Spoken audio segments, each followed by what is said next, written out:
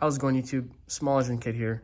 Today we have another mini bike video that I'm going to be explaining on my custom spring-loaded chain tensioner. So what I did was I grabbed a piece of scrap metal, I cut it into a rectangle. I got a roller bearing or like a roller guard from eBay, which I think was like $4 or $5. So I put a bolt with a washer or a spacer, and then a washer and a lock washer, and then a lock nut on the back of that to hold it in place. And then I put a bolt here with a washer, and then a lock washer, and then a lock nut behind it.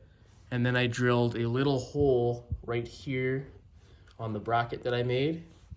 And then I drilled a little hole on this little bracket where the rear chain guard goes. And I got a spring from Princess Auto or Canadian Tire. Any hardware store will have like a spring-loaded spring. Or you could use the spring on your kickstand.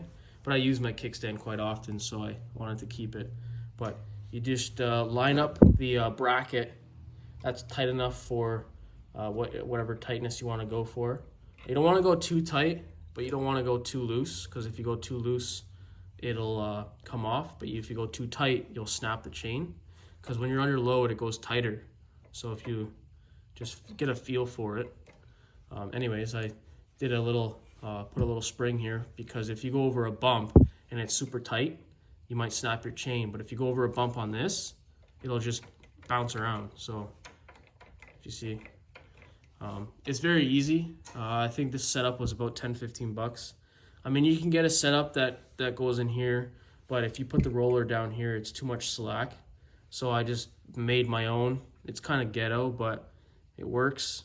Now you can get an aftermarket with a kind of like this setup, but honestly, I don't really know how to install that. It was kind of tricky, so I just said, screw it. I'll make my own plate with my own bolt, washer, spacer, and a spring. I went for a test drive on 15 miles per hour, and nothing happened, so it works good. Yeah, hopefully you guys could make one like that. Very simple. Make sure that when you put this bolt on, that you don't tighten it all the way, because if you do, it won't have room to pivot, and this spring will pretty much be useless. So yeah, thanks for watching. If you could leave a like, comment, subscribe. I'll catch you guys in the next small engine video.